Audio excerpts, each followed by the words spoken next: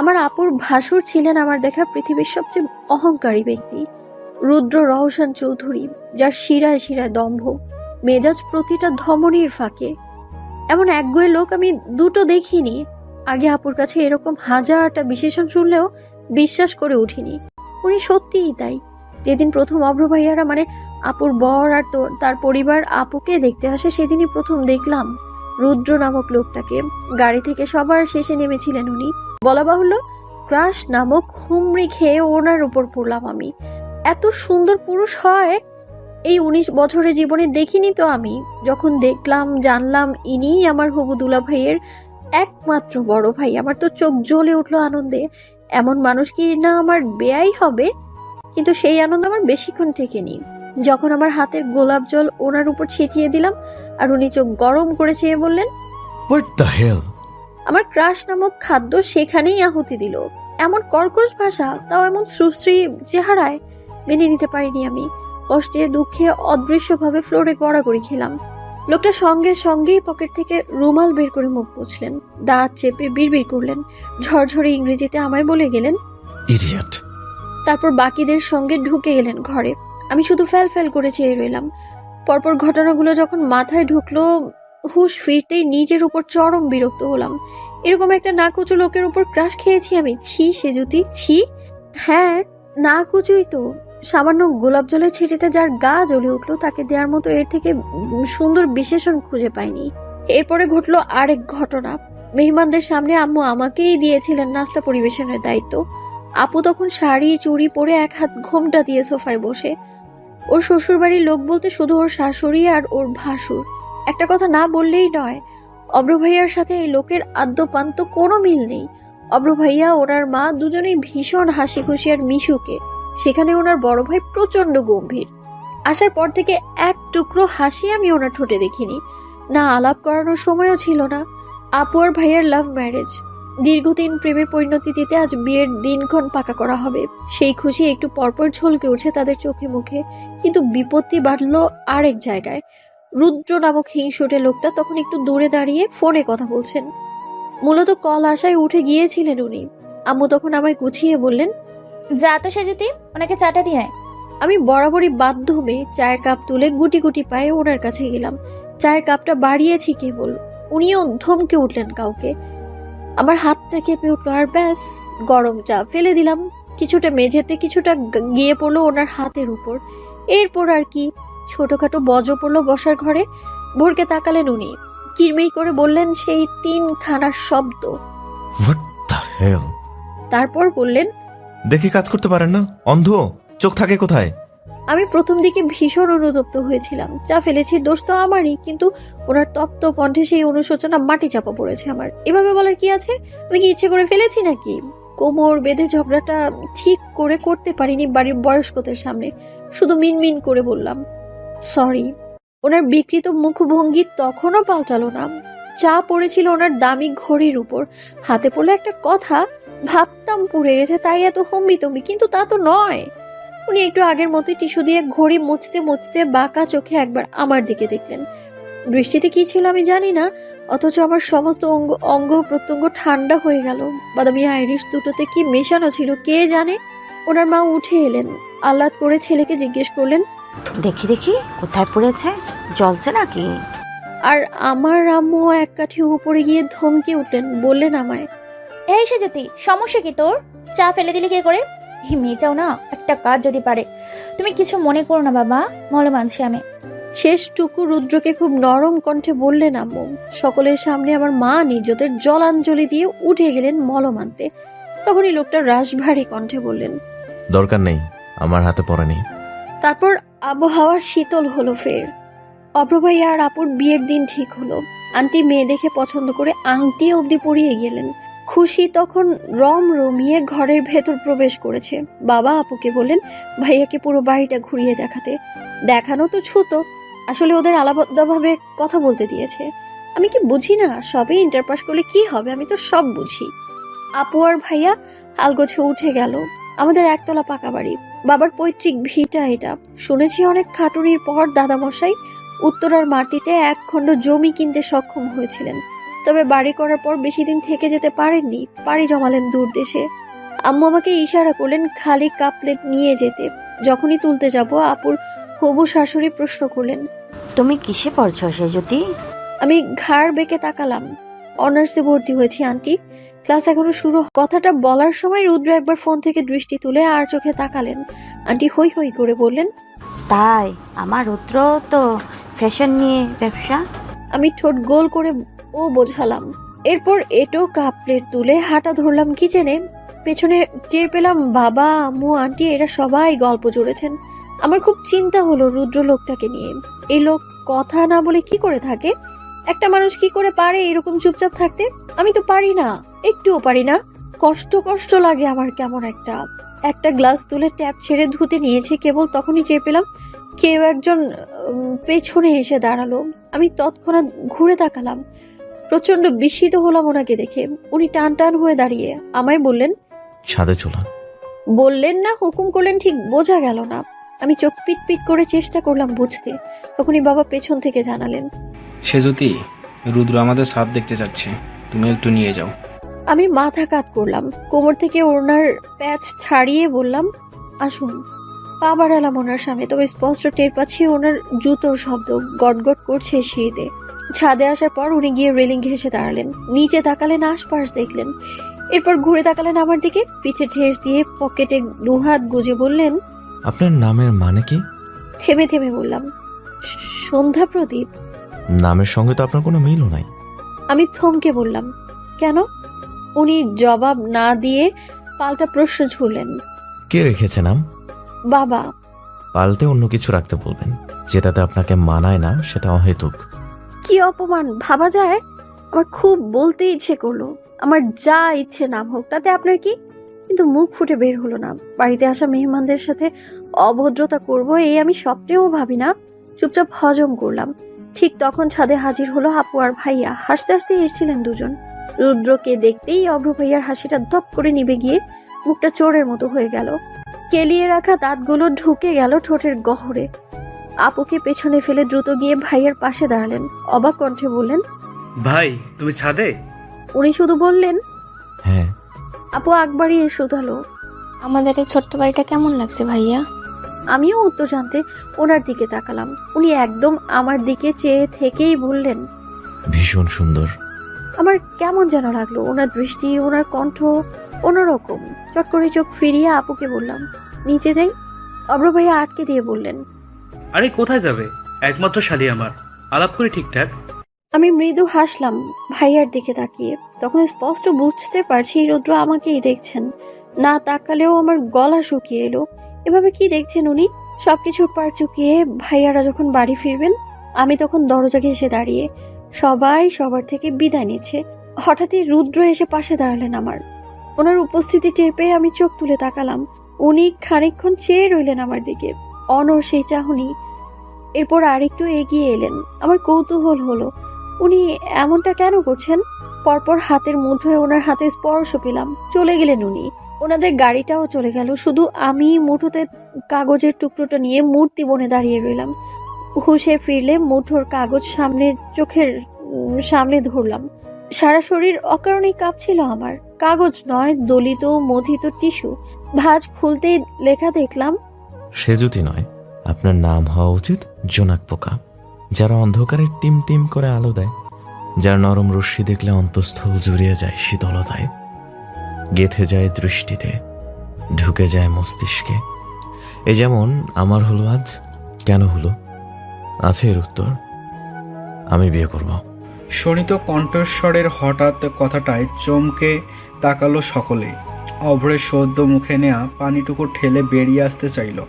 রেহেনা অবাক চোখে ঘাড় ফেরালেন, নিশ্চিত হয়ে বললেন, কি বললে? রুদ্র পায়ের ওপর পা তুলে সোফায় বসে। দুজন মানুষের এই বিস্ময়ে হাবুডুবু খাওয়ার চেহারা তার ওপর কোনো প্রভাব ফেলল না। আগের মতো উদ্যোগহীন বলল, আমি বিয়ে করতে চাইছি। অভ্র তাড়াহুড়ো পায়ে রুদ্রর সামনে এসে দাঁড়ালো। গোল গোল চোখ মেলে অবলোকন করল রুদ্রর নিরেট ফর্সা মুখ। তার এই ভাইটাকে বোঝার ক্ষমতা আল্লাহ তাকে দেয়নি। কোষ্টি পাথরে মাথা ঠুকে মরে গেলেও কোনো দিন এই কৌশল রপ্ত হবে না। কিন্তু চেষ্টা করতে ক্ষতি কি? এই যে তার ভাই রুদ্র রওশন চৌধুরী, যে কিনা বিয়ে করবে না বলে একদিন বাড়িতে এক দফা ভাঙচুর পর্যন্ত করেছিল, কারণ বিয়ে মানে সময় নষ্ট, ফোকাস লস। সেও আজ বিয়ের জন্য রাজি, যে সে বিয়ে করতে চায়। এও সম্ভব? মুখের সামনে এভাবে হাঁ করাচ্ছিস কেন? রুদ্রর গম্ভীর কণ্ঠে নড়ে চড়ে উঠল অভ্র। খানিক থতমত খেয়ে সোজা হয়ে দাঁড়ালো, রয়েস হয়ে বলল, সত্যি তুমি বিয়ে করবে ভাই? মিথ্যে বিয়ে করা যায়? রুদ্রর সরু চাউনিতে অভ্র কাচুমাচু করে বলল, তুমি তো বিয়ে করতে চাওনি, তোমার চিরকুমার থাকার সিদ্ধান্তের জন্যই তো মা আগে আমার বিয়েটা ঠিক করলেন। রেহেনা ধাক্কাটা এতক্ষণে সামলে উঠেছেন। অভ্রর কথায় তাল টেনে বললেন, তো আর কি করব, আরিশার তো বিয়ে ঠিক করছিল ওর বাবা, তুই এমন কান্নাকাটি জুড়লি এসে আমি না বাধ্য হলাম। না হলে কোনো দিন দেখেছিস বড় ভাইয়ের আগে ছোট ভাইয়ের বিয়ে হয়? অবশ্য হয়, যেসব বড় ভাই না আমার এই একগুয়ে ছেলের মতো হবে, সেখানে সব সম্ভব। রুদ্র মুখ থেকে চবর্গীয় শব্দ করে বলল, এত কথা কেন বলছো মা? আগে বিয়ে করতে চাইনি, এখন চাইছি। বিয়ে দিলেই তো হচ্ছে। রুদ্র যতটা সহজ সাবলীল ভাষায় বলল, ততটাই অবাক হলেন রেহেনা। ছেলের সোজা সাপটা কথায় একটু অপ্রস্তুতিতে পড়লেন। মনে মনে জিভ কাটলেন ওর বেহায়াপনায়। বিয়ে করবে না বলে স্লোগান তুলে ফেলা ছেলে এখন এভাবে ঠোঁট কাটার মতো কথা বলছে। হায় কপাল, এদের কি লজ্জা শরম বলতে আল্লাহ কিছু দেয়নি? অভ্র সব কিছু ভুলে গেল, নিমিষে হৈ হৈ করে প্রস্তাব রাখল। তাহলে মা, ভাইয়ের জন্য মেয়ে দেখা শুরু করি? রেহেনা দম ফেলে বললেন, সে তো করতেই হবে। অভ্র চকচকে চোখ মুখ নিয়ে রুদ্রর পাশে বসল। আনন্দে উচ্ছ্বাসিত হয়ে বলল, বলো ভাই, তোমার কেমন মেয়ে পছন্দ? ফর্সা, শ্যামলা? না না না, তুমি ফর্সা মানে তোমার বউকে হতে হবে ধবধবে সাদা। আচ্ছা, তাহলে কি লম্বা মেয়ে নাকি খাটো? তুমি আমাকে বিস্তারিত বোঝাও। চোখ, নাক, ঠোঁট কেমন হবে? বড় নাকি? তোর হবু বউয়ের বোনের মতন। রুদ্র হঠাৎ কথায় মাঝপথে আটকে গেল অভ্র। বক বক করতে থাকা জিভ ঢুকে গেল ভেতরে। ভোরকে তাকালো মায়ের দিকে। রেহেনা ভিমরি খেলেন। দুজন পরপর বড় বড় চোখ করে একে অপরের দিকে দেখে রুদ্রর দিকে ফিরে তাকালো। সমস্বরে বললেন, কি? অভ্র তরাক করে উঠে দাঁড়ায়। ধারণাতীত কথাটা তখনও মাথায় ঢোকেনি। রুদ্রও বসা থেকে উঠে দাঁড়ালো এবার। পকেটে এক হাত ঢুকিয়ে মায়ের দিকে চাইল। কোনো রকম ভনিতা ছাড়াই বলল, আরিশার বোন সে যদি, আমি ওকে বিয়ে করতে চাই। আজই ওর বাবার কাছে প্রস্তাব পাঠাও। ছোটোখাটো বজ্র ফেলে রুদ্র সিঁড়ি বেয়ে উঠে যায়। পেছনে রেখে গেল হকচকিয়ে চেয়ে থাকা চারটে চোখ। সেদিনের মতো রাতে আর আমার ঘুম হয়নি। প্রচণ্ড অস্থিরতায় দিন কাটিয়ে রাতে থম মেরে বসেছিলাম। সামনে তখনও সেই টিস্যু রূপী চিরকুট। আমার মস্তিষ্ক ছুটছে, প্রশ্ন করছে, কয়েক জায়গায় ঘুরে ফিরে এসে তালগোল পাকাচ্ছে। জানতে চাইছে কেন এই চিরকুট, কেন এই লেখা, কি এর উদ্দেশ্য। নিরুত্তর আমি, কোনো জুৎসই জবাব খুঁজে পাইনি। তবে আমার তরুণী মন সবার প্রথমে যেদিকে বান ছুঁড়েছে তা নিতান্তই ভিত্তিহীন। আমার মন ঘোষণা করছে এই চিরকুট কোনো চিরকুট নয়, প্রেমপত্র। রুদ্র রওশন চৌধুরী ইনিয়ে বিনিয়ে আমায় বুঝিয়ে গেলেন উনি আমার প্রেমে পড়েছেন। পর মুহূর্তেই সপাটে নিজের গালে চড় বসালাম আমি। অতি আশ্চর্যের মানুষের মতিভ্রম হয়, আমারও হয়েছে তাই। যে লোক আজ সন্ধ্যে থেকে আমাকে ধমকালেন, রেগেমেগে আগুনের স্ফুলিঙ্গ ছুড়লেন বার্তার সহিত মিশিয়ে, সেই লোক একদিনে কি করে প্রেমে পড়বে? ওনার সাথে কথাটা মিলছে না, চরিত্রের সঙ্গে যাচ্ছে না। না না, একদমই না। তাহলে এই তাহলেতেই বারবার আটকে যাচ্ছি আমি। আর আমার ছটফটে বুকটা। জীবনের প্রথমবার ক্রাশ খেয়েছিলাম ওনার উপর। উনি তার মান রাখলেন না, বরং বাদামের খোসার মতো ফুদিয়ে উড়িয়ে দিলেন আমার ক্ষণিকের ভালো লাগা। ওনার কর্কশ কণ্ঠে হঠাৎ অনুভূতি হঠাৎ করেই নিভে গেল। আমার মতো একটা ছোট্ট মেয়ের সঙ্গে একটু মিষ্টি করে কথা বলে কি হতো, যা যেত ওনার। হয়তো অযাচিত অপমান ঘিরে ধরলো আমায়। ঠোঁট উল্টে শুয়ে পড়লাম। আর ভাববো না ওনার কথা। চিটকুটের মানে যা ইচ্ছে তাই হোক, গোল্লায় যাক এসব, নিয়ে যাক সাথে ওই দেমাগী রুদ্র রওশন চৌধুরীটাকে। সকাল থেকে খেয়াল করছি বাড়ির লোকেরা আমায় কেমন বক্র চোখে দেখছে। আমার মোটামুটি বুদ্ধি বিবেচনা বুঝিয়ে দিল তাদের দৃষ্টিটা অস্বাভাবিক। এই চাউনির অন্য কোনো মানে আছে, কিন্তু সবাই এভাবে কেন দেখছে? কি করেছি আমি? আচ্ছা, রুদ্র যখন আমার হাতে টিস্যু ধরিয়ে দিয়েছিল, কেউ কি দেখে ফেললো? আমি ভয়ার্ত দৃষ্টিতে খাবারের প্লেট থেকে মুখ তুলে সামনে তাকালাম। টেবিলে বসা প্রত্যেককে দেখলাম একবার একবার করে। এখনো কেমন কেমন করে যেন তাকাচ্ছে এরা। আমি ধৈর্য হারিয়ে জিজ্ঞেস করেই ফেললাম, কিছু হয়েছে? আমার প্রশ্নে আম্মু আকাশ থেকে পড়ার ভান করে বললেন। কি হবে? মিনমিন করে বললাম, না কিছু না। আম্মু কিছু বললেন না, দু একবার বাবার সঙ্গে চোখাচোখি করলেন, ইশারায় কিছু একটা নিয়ে আলাপ করলেও আমি আগা মাথা উদ্ঘাটন করতে ব্যর্থ হই। আম্মু গলা কাকারি দিয়ে কেশে নিলেন একটু, তারপর সময় নিয়ে বললেন, আরিশার ভাসুরকে দেখেছিলি না কাল? হুম। কেমন লাগলো? আমি মনে মনে বললাম, মাকাল ফল। মুখে বললাম, খারাপ না। হঠাৎ এই কথা? আম্মু উসখুস করে বললেন, ও বাড়ি থেকে ফোন এসেছিল রাতে। তোর আপুর শাশুড়ি ওনার বড় ছেলের বউ করে তোকে নিতে চাচ্ছেন। ও আচ্ছা। কথাটা বেখেয়ালে যতটা নিরুদ্বেগ ভাবে বলেছি, খেয়াল পড়তেই হোঁচট খেয়েছি শতভাগ। আমার চোখ দুটো রীতিমতো বেরিয়ে এলো বাইরে। বিস্ময়ে কথা বলতে ভুলে গেলাম আমি। হাঁ করে চেয়ে রইলাম আমার খানিকক্ষণ। চোখ পিটপিট করে বললাম, কি? আপু বলল, হ্যাঁ, ওনাদের নাকি তোকে খুব ভালো লেগেছে, তাই আন্টি চেয়েছে রুদ্র ভাইয়ার বউ হিসাবে তোকে ঘরে তুলতে। বাবার কাছে সরাসরি প্রস্তাব রেখেছেন। আমি তো শুনেই অবাক হয়েছিলাম, তবে ভীষণ খুশিও হয়েছি। আমরা দু বোন একসাথে থাকবো। আপুর ঠোঁটে প্রশস্ত হাসি দেখা গেল, আমার হাসি গায়েব। তড়িৎ বেগে বাবার দিকে চেয়ে বললাম, তুমি কি মত দিয়েছো বাবা? বাবা এতক্ষণ নীরব ছিলেন। উত্তরে ধীরস্থির কণ্ঠে বললেন, না, তোমাকে না জিজ্ঞেস করে আমি মতামত দেই কি করে? ভাবছিলাম সকালে তোমাকে জিজ্ঞেস করেই তারপর ওনাদের হ্যাঁ বলবো। আমি মাঝপথে বলে ফেললাম, না বলে দাও। তিন জোড়া চোখ আমার দিকে আছড়ে পড়লো একসঙ্গে। সকলে বিস্মিত দৃষ্টি ফেললো। আম্মু যত্রতত্র প্রশ্ন করলেন, কেন? ছেলেটা খারাপ কিসে? ভালো দেখতে, কত বড় ব্যবসার মালিক। তাছাড়া আমার ওনাকে পছন্দ নয়। আশা করছি তোমরা আমায় জোর করে বিয়ে দেবে না। এই একটা কথা বলে দিয়ে আমি উঠে দাঁড়াই। আমার মেজাজ এতটাই বিগড়েছে যে খাবারটুকু শেষ করিনি। পাশের চেয়ার থেকে ব্যাগ কাঁধে তুলে হনহনিয়ে বেরিয়ে পড়লাম। আজ ইউনিভার্সিটিতে আমার প্রথম ক্লাস। ভোর থেকে এ নিয়ে মন ফুরফুরে থাকলেও এই মাত্র উবে গেল সবটা। আমার রাজ্যের যত রাগ গিয়ে পড়ে ওই অহংকারী রুদ্র নামক লোকটার উপর। কাল যে মানুষটা আমাদের বাড়ি এসে আমাকে হম্বি তম্বি চোটপাট দেখিয়ে গেলেন, তাকে বিয়ে করবো আমি? কদাপি সম্ভব? নিজের পায়ে নিজে কুড়াল মারা যায়, কিন্তু রুদ্র রওশনকে বিয়ে করা যায় না। ওই ক ঘন্টায় যা রূপ দেখেছি আমি ওনার, তাতে আমি কেন কোনো মেয়েই এমন রকচটা পাবলিকের স্বামী হিসেবে মানবে না? মেয়েরা চায় রোমান্টিক লুতুপুতু একটা বর, সেখানে রুদ্র। ইস, ভাবতেই তো কেমন লাগছে। খুব সুন্দর হোক আমার ব্যর্থ ক্রাশ, তাই বলে ড্যাং ড্যাং করে ওনাকে বিয়ে করতে যাব?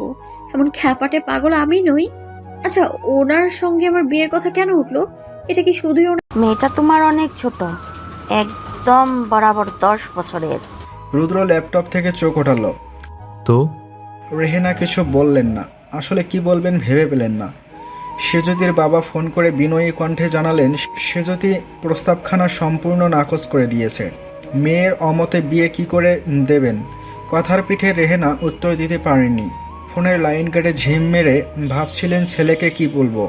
মায়ের ভাবুক মুখভঙ্গি রুদ্রর ঈগল চোখে ঠিক ধরা পড়ল। তীক্ষ্ণ দৃষ্টি বুলিয়ে জিজ্ঞেস করল, ফোন করছিলে? রেহেনা খানিক নড়ে চড়ে উঠলেন। জিভ দিয়ে ঠোঁট চেপে বললেন, হ্যাঁ হ্যাঁ করেছিলাম। রুদ্র সজাগ হয়ে তাকায়। ল্যাপটপ বন্ধ করে মনোযোগ সমেত শুধায়। কি বললেন ওনারা? রেহেনা মহাবিপদে পড়লেন যেন। স্বামীর মৃত্যুর পর ছেলে দুটোকে নিজ হাতে মানুষ করলেও দ্রুত তৈরি হয়েছে দুপ্রান্তের মতন, অভ্র চঞ্চল চটপটে। রুদ্র ততটাই গম্ভীর চুপচাপ। সব থেকে বড় কথা, ছুরির ডগায় ছেলের মেজাজ। শেষ 2 বছর ধরে এই ছেলেকে বিয়ে কর বলে হেদিয়ে মরলেন, মুখে ফেনা তুলে ফেললেন, কিন্তু কোনো রকম ভ্রুক্ষেপ দেখা গেল না। বরং একবার রেহেনা জেসে এক সুন্দরী মেয়েকে পছন্দ করলেন, পাত্রপক্ষ বাড়িতে ডাকলেন। ভাবলেন ছেলে মেয়ের আলাপ হলে রুদ্র রাজি না হয়ে যাবে কোথায়। সব ঠিকঠাকই ছিল। রুদ্র এলো, সবার সঙ্গে যথাসামান্য কথাও বলল। যেই মাত্র অতিথিরা বিদায় নিলেন অমনি হুলস্থুল কাণ্ড বাঁধল। মাকে কিচ্ছুটি না বললেও বসার ঘরের একটা জিনিসও আস্ত রাখল না। ভাঙচুর থেকে ছাড় পেল না একটি অবলা আসবাবপত্রও। আর সেই ছেলে আজ নিজে জানালো সে বিয়ে করবে। আগ বাড়িয়ে এক মেয়েকে পছন্দও করলো। এখন ওর মুখের ওপর রেহেনা কি বলবেন? যে মেয়ে রাজি নয়, সে তাকে বিয়ে করবে না? রেহেনার দুঃখ হলো, মন ভারী লাগলো। মাকে অনেকক্ষণ চুপ দেখে রুদ্র খেয়েই হারালো মেজাজের। ভ্রু কুচকে বলল। হয়েছে কি বলবে? রেহেনা মুখ কালো করে তাকালেন, থেমে থেমে বললেন। বিয়ে হবে না। রুদ্রের ভ্রু বেঁকে গেল আবারও। কেন? সে যদি মানা করে দিয়েছে। রুদ্র কপাল শীতল হয়, ভ্রু ফিরে আসে আগের জায়গায়, চোয়াল ফুটে উঠল, শক্ত গাল হয়ে ওঠে অভঙ্গুর। রেহেনা দুঃখ ভরাক্রান্ত মন নিয়ে দুপা এগিয়ে এলেন, ছেলেকে সান্ত্বনা দিতে বললেন। তোমার ওর থেকেও সুন্দর মেয়ের সঙ্গে বিয়ে হবে বাবা, ছাড়ো ওসব। রুদ্র জবাব দিল না, টু শব্দ অবধি করল না, চুপ করে বসে রইল। রেহেনা হতাশ হয়ে ঘর ত্যাগ করলেন। রুদ্র তখনও কাউচে বসে, কটমট করছে চোয়াল, পিষে আছে দাঁত। রুদ্র রওশন চৌধুরীকে রিজেক্ট করার দুঃসাহস দেখালেন সে যদি। বিয়ে করলে তো আপনাকেই করব, পারলে ঠেকান। মধ্য দুপুর, সবে ক্লাস শেষ করে ইউনিভার্সিটি থেকে বেরিয়েছি। আশেপাশে একটা রিক্সাও নেই। এদিকে সূর্যের কড়া আলো মাথায় পড়ছে, গরমে ঘেমে একাকার অবস্থা। অনেকক্ষণ দাঁড়িয়ে থেকে অতিষ্ঠ হয়ে হাঁটা ধরলাম। সামনে থেকে রিক্সা বা কিছু একটা পেলে উঠে পড়বো। হঠাৎই একটা কালো মতো লোক এসে আমার সামনে দাঁড়ালেন। থমকে দাঁড়াই আমি। লোকটার চোখে কালো চশমা, পরনে খয়েরি শার্ট। লোকটা হাতের কাগজ এগিয়ে দিয়ে বিনয়ী কণ্ঠে বললেন। এই ঠিকানাটা একটু বলতে পারবেন ম্যাম? আমি ওনার বাড়িয়ে দেয়া কাগজে চোখ বুলালাম। হিবি জিবি কি যেন লেখা ভালো করে বুঝতে হাতে নিলাম। ভ্রুকুচকে মনোযোগ দিতেই টের পেলাম পাশে সাই করে একটা গাড়ি এসে দাঁড়িয়েছে। কেবল মাথা ঘামানোর ব্যাপার ছিল না বলে তাকাইনি। গাড়ির দরজা খুলে গেল সেকেন্ডেই। আমি কোনো কিছু ভালো করে বোধগম্য করার পূর্বেই গাড়ির ভেতর থেকে কেউ একজন হাতটা খপ করে ধরলো আমার। আমি ভড়কে যাই। ভয় পেয়ে তাকানো মাত্রই আগন্তুক ব্যক্তি রীতিমতো টেনে ভেতরে ঢুকিয়ে নিল আমায়। প্রচন্ড আতঙ্কে আমার কলিজা ছলকে উঠল। হৃৎপিণ্ড বিকল হয়ে বিট থামালো আমার। শ্বাস বন্ধ হয়ে মরে যাচ্ছি মনে হলো। আগত পরিস্থিতি আন্দাজ করার আগেই দুনিয়াটা অন্ধকার হয়ে আখি পলক বুঝে ফেললাম আমি। জ্ঞান হারাতে হারাতে টের পেলাম একটা ভারী কণ্ঠ কাউকে বলছে। স্যার, ম্যাডাম অজ্ঞান হয়ে পড়েছেন। মুখে পানির ঝাপটায় চোখ মেলে তাকাই আমি। এইটুকুতেই নিজেকে কেমন দুর্বল আর আত্মরা মনে হচ্ছিল। ঝাপসা ঝাপসা দৃষ্টি মেলে তাকাতেই মুখের সামনে দৃশ্যমান হলো কতগুলো পুরুষালী অবয়ব। হতচকিত হয়ে পূর্ণ দৃষ্টিতে তাকালাম। মুহূর্তেই পেছনে সব ঘটনা মাথা চাড়া দিয়ে উঠল। হঠাৎ একটা লোকের এসে আমাকে ঠিকানা জিজ্ঞেস করা, কেউ একজন গাড়ির মধ্যে আমাকে টেনে নেয়া, সবটা মনে পড়তে তীব্র ভয়ে ডরে কাঁপাকাঁপি শুরু হলো। আমাকে কি কিডন্যাপ করা হয়েছে? কিন্তু আমার বাবার তো অত টাকা পয়সা নেই। আর না আমি ধরিয়ে দুলালি, তবে কেন?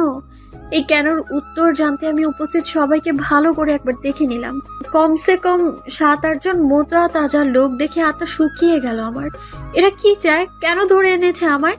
আমার অত্যধিক ঘর্মাক্ত চেহারা বারবার ঢোক গেলা দেখে একজন প্রশ্ন করলেন। পানি খাবেন ম্যাডাম? আমি বিস্ময়ে টুকটাপ পাতা ফেললাম চোখের। এত সুন্দর করে প্রশ্ন কোনো কিডন্যাপার করে? মনে হয় ওরা কিনে পাচারকারী, তাই জন্যই আমাকে পানি টানি খাইয়ে সুস্থ রাখতে চায়। এই আকাশ কুসুম ভাবনাতেই আমার পিপাসা দ্বিগুণ বেড়ে যায়। জোরে জোরে মাথা নেড়ে হ্যাঁ বোঝাতেই লোকটা অন্য আরেক লোককে ইশারা করলেন। তারপর সে ছুটে গেল। মিনিটের মাথায় হাতে করে নিয়ে এলো 1 বোতল সাদা মিনারেল ওয়াটার। রীতিমতো বোতলের ছিপি খুলে হাতে দিল আমার। কম্পিত হস্তে বোতলটা ধরেই চুমুক বসালাম। ঢক ঢক করে খেয়ে নিলাম প্রায় অর্ধেকটা। লম্বা শ্বাস ফেলে মুখ মুছে ফের ওনাদের দিকে চোখ দিলাম। একটু ধাতস্থ হয়ে ভীত কণ্ঠে শুধালাম, আমাকে এখানে কেন এনেছেন? অন্য একটা লোক উত্তর দিল, দরকার ছিল ম্যাডাম। আপনার শরীর এখন কেমন লাগছে? দুর্বল লাগছে না তো? আমার ভারী মেজাজ খারাপ হলো এই লোকের উতলানো দরদ দেখে। মানে তোরা হার্ট অ্যাটাক করার মতো করে অপহরণ করে এনে এখন আবার জিজ্ঞেস করছিস কেমন লাগছে? যা ঝটকা খেয়েছি তাতে তো আমি মরে যেতেও পারতাম। আমি তিরিক্ষি মেজাজে ভয় ডর খুঁড়িকে টনে ভুলে যাই। সরাসরি প্রশ্ন করলাম, কি চাই আপনাদের? কত টাকা চাইবেন আমার বাবার কাছে? এই মুহূর্তে আমি চেয়ারে বসে, বাকি লোকগুলো আমার চারপাশ ঘিরে। প্রশ্নটায় একে অন্যের মুখ চাওয়াচাওয়ি করলেন। তার মধ্যে একজন বললেন, টাকার জন্য তো আপনাকে আনা হয়নি ম্যাডাম। আমি ভ্রু কুঁচকে ফেললাম। টাকার জন্য আনা না হলে কি আমার চেহারা দেখতে এনেছে? তৎক্ষণাৎ একটু আগের কিডনি পাচারের কথাটা মাথায় ফের চাড়া দিয়ে উঠলো। ইয়া আল্লাহ, এর মানে সত্যি এর আমার কিডনি নিয়ে নেবে? ভয়ে আমার হাঁটু থর থর করে কাঁপাকাঁপি শুরু করলো। কাঁপা কাঁপা কণ্ঠে বললাম, তাহলে কেন এনেছেন? স্যারের অর্ডার ম্যাডাম। আমার সবে সবে শিথিল হওয়া কপাল পুনরায় বেঁকে বসলো। কোন স্যার? অন্য একজন লোক বিনয়ী অথচ মোটা কণ্ঠে বললেন, ম্যাডাম আপনি একটু চুপ করে বসুন, স্যার এক্ষুনি এসে পড়বেন। আরে, কথাটুকু সম্পূর্ণ না করে নিজেই থেমে যাই। ডুব দিলাম গভীর ভাবনায়। এদের কোনো স্যার আমায় তুলে আনতে বলেছে, সেই কৌতূহলে সব ভুলে চুপচাপ বসে রইলাম। চোখ বোলালাম চারপাশে। দুটো সোফা, একটা চেয়ার আর দুটো ফুলদানি, একটা ড্রেসিং টেবিল, এছাড়া ঘরে আর কিছুই নেই। দেয়ালগুলোও পুরনো, জায়গা জায়গা থেকে রং খসে পড়ছে। আমি ঠিক কোথায় কিছুতেই বুঝে উঠতে পারলাম না। তখনই বাইরে থেকে একটা রাশ ভারী কণ্ঠ ভেসে এলো। মেহবুব, স্যার এসছেন। মেহবুব নাম যার, তিনি দৌড়ে গেলেন দরজার কাছে, ছিটকিনি টানলেন দ্রুত হাতে। আমি মেহবুব লোকটার পেটের ফাঁক দিয়ে উকি ঝুঁকি দেওয়ার চেষ্টা করলাম। কণ্ঠস্বর কেমন শোনা শোনা লাগছে। তাছাড়া স্যারটা কে যে আমার মতো এমন অসহায় অবলা মেয়েকে অপহরণ করালো? কি আছে আমার কাছে? আমার ব্যাগে হাতালে তো 10 টাকার 6টা নোট ছাড়া কিচ্ছু পাওয়া যাবে না। ঠিক সেই সময় দৃশ্যমান হলো নাম না জানা স্যারের চাঁদ বদন। আমি বেখেয়ালে তাকিয়ে চোখ নামালেও সজাগ হলাম নিমিষেই। চট করে মাথা তুলে ফের তাকালাম। চোখের সামনে পরিচিত সেই মুখখানি দেখতেই সমগ্র শরীর হিম হয়ে এলো। রুদ্র রওশন চৌধুরী, উনি কিডন্যাপ করিয়েছেন আমায়। ভাবতেই আমার মাথা ঘুরতে শুরু করে। উনি দরজা ছেড়ে এসে ভেতরে ঢুকলেন, হাতে শপিং ব্যাগ। কিছু বলতেও হলো না। ঘরের লোকগুলো সবাই একে একে আলগোছে বেরিয়ে গেল। রুদ্র দরজা লাগালেন, উপর নিচ দুটো ছিটকিনি লাগালেন, এগিয়ে এলেন আমার দিকে। ওনার প্রত্যেকটা শব্দযুক্ত কদম অন্তরাত্মা কাঁপিয়ে তুলছিল আমার। সকালবেলা ওনাকে রিজেক্ট করার ফল যে এইসব কিছু বুঝতে খুব বেশি দেরি হলো না আমার। এখন কি উনি প্রতিশোধ তুলবেন? উনি আর একটু কাছাকাছি আসতেই আমি তড়াক করে উঠে দাঁড়ালাম। লাফিয়ে গেলাম রুমের এক কোণে, আঙুল তুলে শাসিয়ে বললাম, খবরদার আমার কাছে আসবেন না একদম। পরপর ঘটনাগুলোয় ভেবাচাকা খেলেন উনি। হতবুদ্ধি হয়ে চেয়ে রইলেন অল্প সময়। এরপর ঠোঁট এক পাশে বেঁকে গেল ওনার, মাথা নেড়ে সূক্ষ্ম হাসলেন। স্পষ্ট বুঝলাম আমার শাসানোটাকে তাচ্ছিল্য করলেন উনি। খুব রাগ চেপে ধরল আমায়। উনি আরেক পা বাড়াতে খিটমিট করে বললাম, এগোবেন না বলে দিচ্ছি, খুব খারাপ হবে। উনি ভ্রু নাচালেন। তাই? ওনার তাই বলার ধরনে আমার সবটুকু সাহস, আত্মবিশ্বাস নেতিয়ে গেল। উঁচু করা আঙুল ভেঙে এলো। ভয় লাগলো উনি আমার ক্ষতি করবেন না তো। কঠিন চেহারা নিমিষেই নরম হলো আমার। অনুরোধ করে বললাম, আমায় যেতে দিন না প্লিজ, আমি তো আপনার কোনো ক্ষতি করিনি, তাই না? উনি হাতের শপিং ব্যাগগুলো সোফার উপর রাখতে রাখতে বললেন, কে বললো করেননি? আপনি আমার যা ক্ষতি করেছেন তা আর কেউ করেনি। কি করেছি আমি? উনি ঘাড় কাত করে তাকালেন একবার, পরক্ষণে চোখ ফিরিয়ে বললেন, এগুলো পরে তৈরি হয়ে নেন, ওইদিকে ওয়াশরুম যান। ওনার শান্ত সুন্দর কণ্ঠস্বর শুনে একটু অস্বস্তি হলো। উদ্দেশ্য খারাপ হলে এতক্ষণ অপেক্ষা করতো না নিশ্চয়ই, এসেই ঝাঁপিয়ে পড়তো আমার উপর। নাকি বলির পাঠার মতো আমাকে সাজিয়ে গুছিয়ে তারপর? কিন্তু তৈরি হতে বললেন কেন? আমি উৎকণ্ঠিত হয়ে বললাম, কি আছে এতে? নিজেই দেখে নেন। আমি জিভ দিয়ে ঠোঁট ভিজালাম, দাঁড়িয়ে রইলাম তবুও। উনি না সরলে যাবো কেন? আশ্চর্যভাবে আমার মনটা বুঝে নিলেন উনি, সরে দাঁড়ালেন। আমি চটজলদি গিয়েই ব্যাগটা হাতালাম। বড় সড়ো একটা ধাক্কা খেলাম মুহূর্তেই। ভেতরে বিয়ের বেনারসি, ওড়না, গয়না আর সাজার টুকিটাকি জিনিসপত্র দেখে মাথায় আকাশ ভেঙে পড়ার মতো অবস্থা হলো আমার। দু চোখ ভর্তি প্রশ্ন নিয়ে ওনার দিকে তাকালাম। উনি আমার দিকেই চেয়ে আছেন। আমার কণ্ঠরোধ হয়ে আসছিল কেন যেন। খুব বেগ পুহিয়ে জিজ্ঞেস করলাম, এগুলো দিয়ে কি হবে? উনি টান টান হয়ে দাঁড়িয়ে বললেন, বেনারসি দিয়ে কি করে?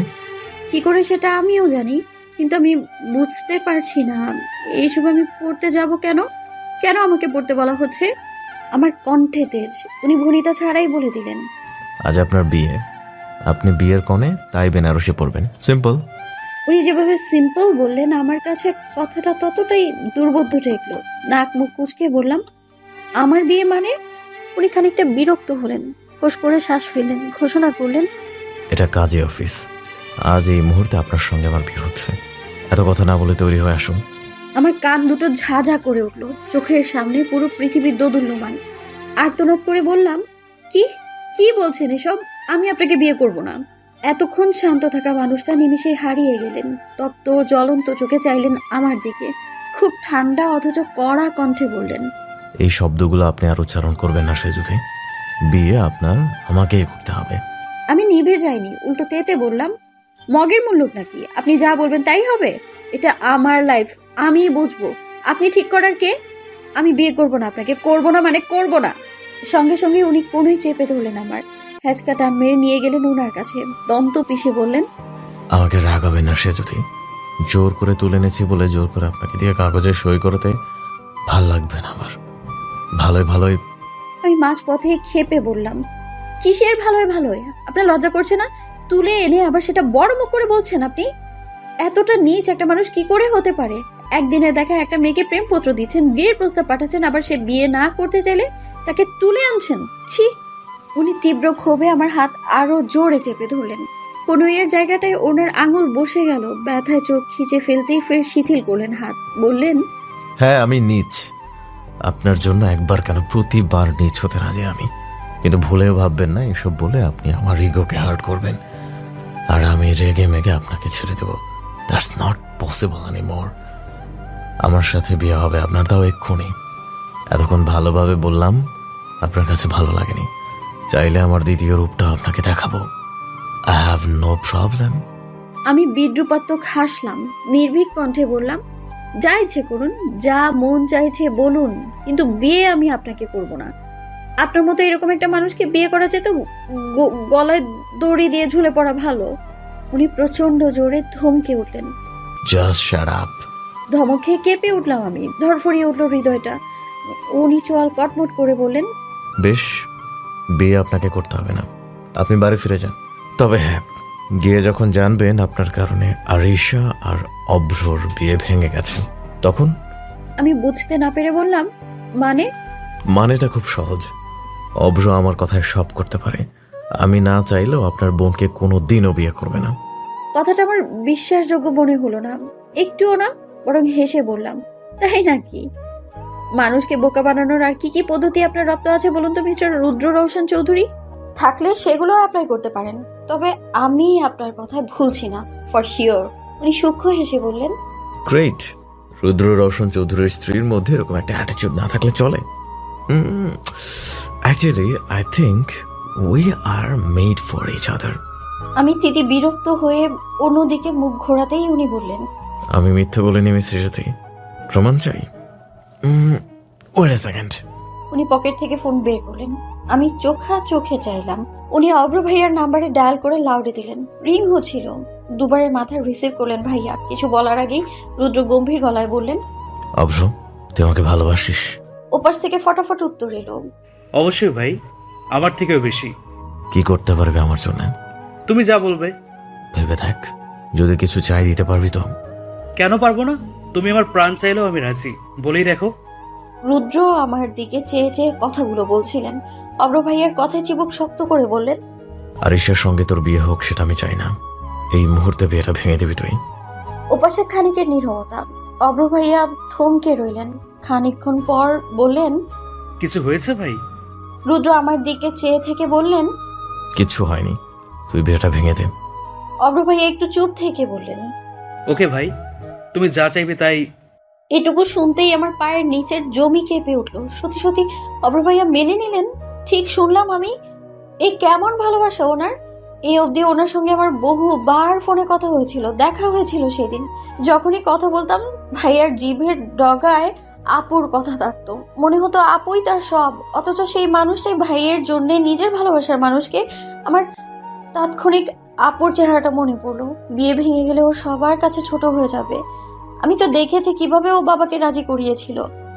আপুর তো বিয়ে ঠিক হয়েছিল অন্য জায়গায়। কত অনুরোধ, কত কিছু সামনে শেষমেশ বাবা আম্মু মেনে নিলেন। এ নিয়ে কথাও কম শুনতে হয়নি। সব থেকে বড় কথা, আপু ভয়ানক কষ্ট পাবে, সইতে পারবে না।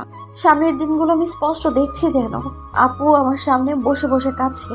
অভ্র ভাইয়ার শোকে হা হতাশ করছে, ধুকে ধুকে মরছে। না না, আমার জন্য আমি আপুকে কষ্ট পেতে দেব না, কিছুতেই না। আমি এলোমেলো মস্তিষ্ক নিয়ে রুদ্রর দিকে তাকালাম। ফোনের লাইনে তখনও অভ্র ভাইয়া হ্যালো হ্যালো করছেন। রুদ্র নিশ্চুপ হয়ে আমার দিকে তাকিয়ে আছেন। চিকন বাদামি চোখগুলোকে আমার সব থেকে নিকৃষ্ট চাউনি বলে মনে হলো। ঠোঁট কামড়ে জবাব দিলাম, আমি রাজি। রুদ্রর অধর যুগল বেঁকে গেল ফের। হাসলেন উনি, বিজয়ের হাসি। কুৎসিত হাসিটায় গা জ্বলে উঠল আমার। চোখ ফিরিয়ে নিলাম। উনি অভ্র ভাইয়াকে তুষ্ট কণ্ঠে বললেন, আচ্ছা থাক, বিয়ে ভাঙার দরকার নেই, আমি জাস্ট মজা করছিলাম তোর সঙ্গে। অভ্র ভাইয়া হয়তো অবাক হয়েছেন, কথা বলেন না অনেকক্ষণ। এরকম লোক মজা করবেন? এই কথা কি মানানসই? শেষে প্রাণ ফিরে পাওয়ার মতো করে শ্বাস টেনে বললেন, সত্যি বলছো ভাই? হুম। যাক, আমি তো ভয় পেয়ে গেছিলাম। তুমি তো জানো, তুমি চাইলে আমি আমার প্রাণটাও দিতে পারবো। ওকে, রাখছি এখন। রুদ্র লাইন কাটলেন, দৃষ্টি তখনও আমার দিকে। ফোন কান থেকে নামিয়ে আমাকে ভ্রু উঁচিয়ে বললেন, দাঁড়িয়ে আছেন কেন? তৈরি হন, আমি অপেক্ষা করছি।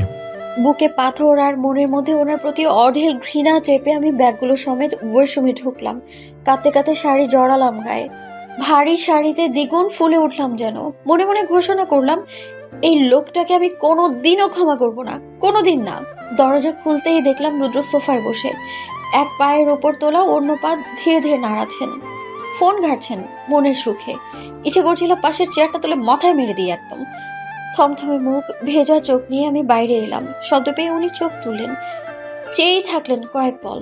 ওনার দৃষ্টিতে মুগ্ধতা ঝরঝর করে পড়লেও আমার সেই মুগ্ধতার প্রতি অনুভূতি জাগেনি একটু। হ্যাঁ, অস্বস্তি হয়েছিল, ভীষণ ভীষণ অস্বস্তি। রুদ্র উঠে এসে কাছে দাঁড়ালেন, ঠিক আমার সম্মুখে, পা থেকে মাথা অবধি চেয়ে বললেন, বউয়েরা দেখতে এত সুন্দর হয়, আপনাকে না দেখলে জানাই হতো না। আমি উত্তর দিলাম না, অনুভূতি শূন্য হয়ে তাকিয়ে থাকলাম। উনি আমার নির্জীব মুখশ্রী দেখে অল্প হেসে বললেন, এখন রাগ হচ্ছে তো? রাগ করুন, যত ইচ্ছে করুন। যখনই আমি তাকে আপনি পুরোপুরি জানবেন, কথা দিচ্ছি আপনার সব রাগ ক্ষোভ উবে যাবে, আর শূন্য হৃদয় পূর্ণ হবে আমার প্রতি ভালোবাসায়।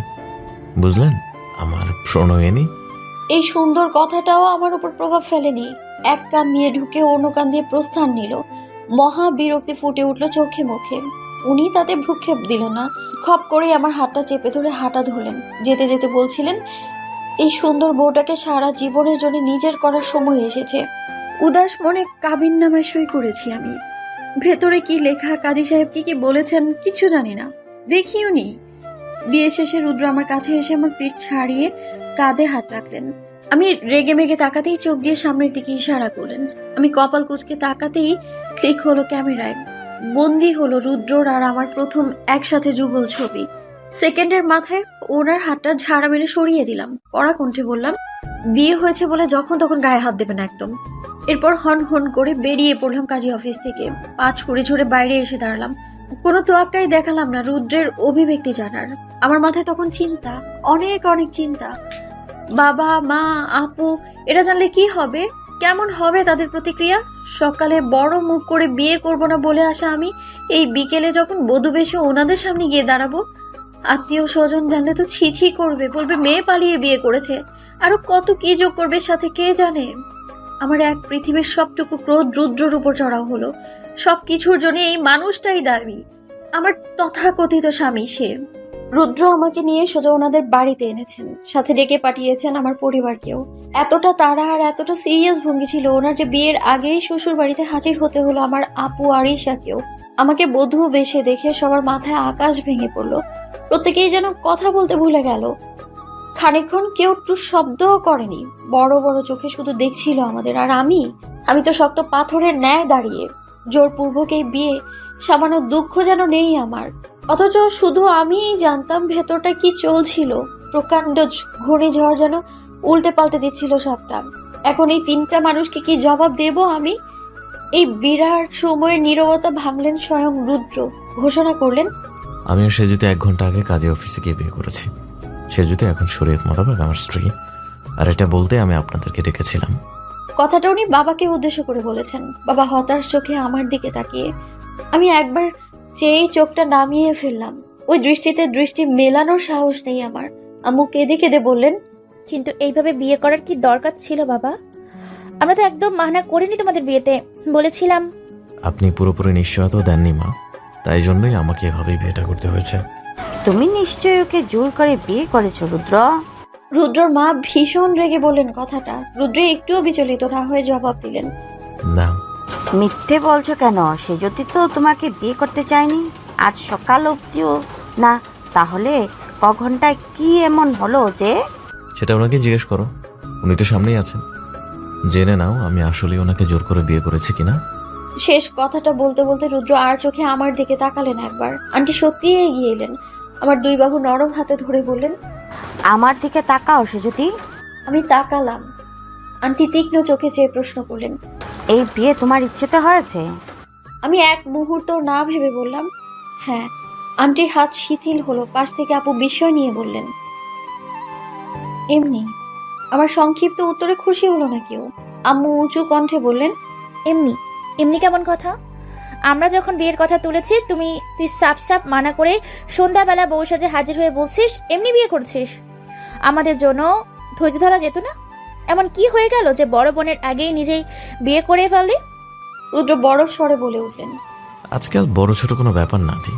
অভ্র তো আমার ছোট, অথচ ওর বিয়ে আগে হয়ে যাচ্ছিল। এটা নিয়ে আমাদের তো কোনো সমস্যা হয়নি, আপনাদের কেন হচ্ছে? এটাই কি স্বাভাবিক নয় বাবা? আমরা মধ্যবিত্ত মানুষ, তোমার মতো এত উঁচু বিত্তবান নই। আশেপাশে সবার কথা শুনে বেঁচে থাকতে হয়। তাছাড়া আমার মেয়ের থেকে এমন ছেলে মানুষই আমি আশা করিনি। আম্মু দীর্ঘশ্বাস ফেলেন, সাথে কেঁদে উঠলেন। ভেতরটা ফেটে যাচ্ছিল আমার তখন। কিভাবে পাথর হয়ে দাঁড়িয়ে আছি নিজেও দ্বিধাদ্বন্দ্বে ভুগছি আমি। রুদ্র ওনার মায়ের দিকে ফিরে বললেন, তুমি তো কাল অবধি চেয়েছিলে অভ্রর আগে আমার বিয়েটা হোক। বড় ছেলের বউয়ের মুখ দেখতে মরিয়া হয়ে গিয়েছিল, তাহলে এখন এভাবে দাঁড়িয়ে আছো কেন? আন্টি চোটে বললেন, তো কি করতে বলছো? ধেই ধেই করে নাচবো আমি? আমার মাথা হেড করে দিলে সবাই কি ভাবছেন?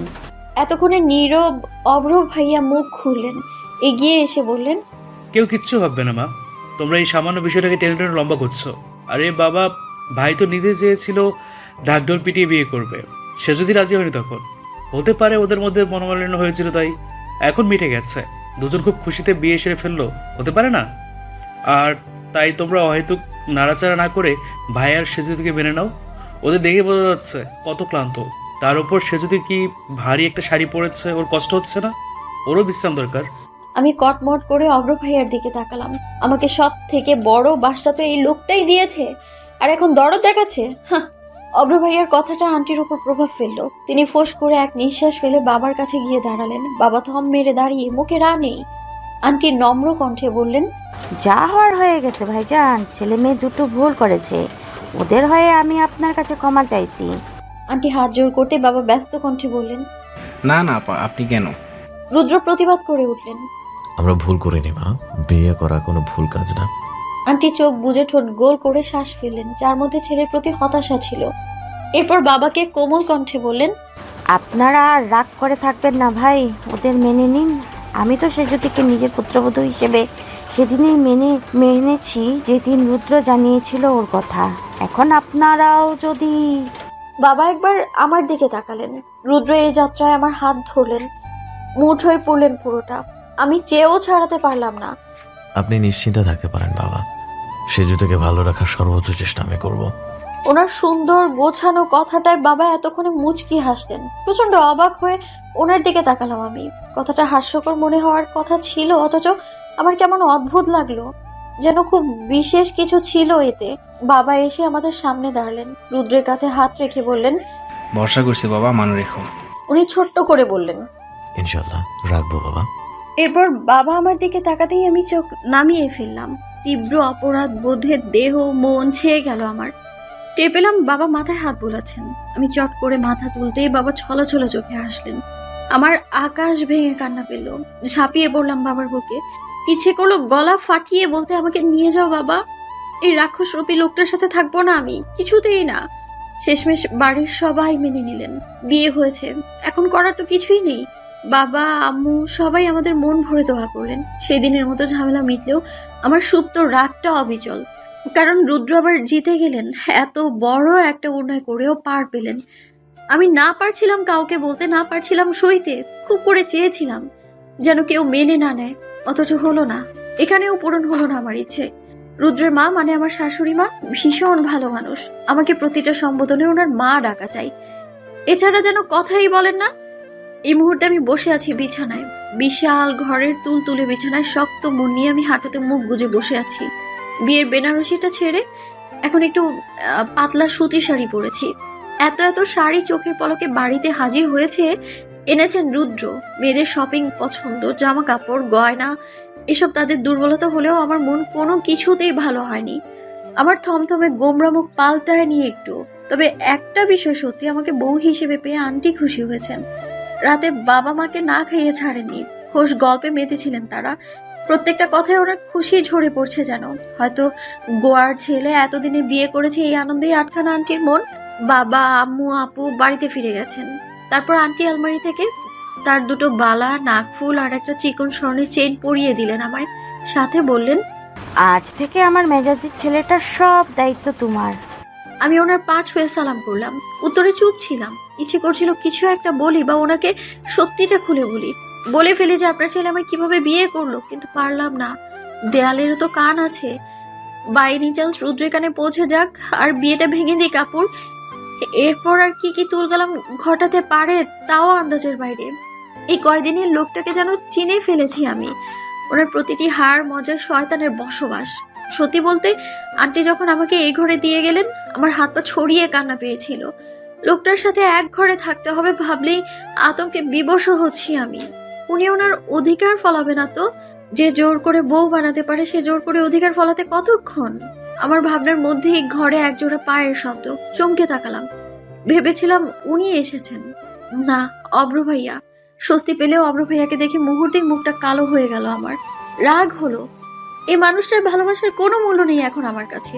অব্র ভাইয়া ভীষণ হাসি খুশি মুখ নিয়ে এসে আমার সামনে বসলেন। সেজদি, তুমি তোমার ভাবি হয়ে গেলে, এখন কি ডাকবো বলো তো? কোন সম্পর্কটা জোর দেবো? শালি নাকি ভাবি? শালি হিসেবে দুষ্টুমি করবো নাকি ভাবির মতন? আমি ওনার দিকে না চেয়ে বললাম, একটারও প্রয়োজন নেই ভাইয়া। আপনি আমার সঙ্গে কথা না বললেই ভালো হয়। আমার কাট জবাবে অব্র ভাইয়ার হাসিটা দপ করে নিভে গেল।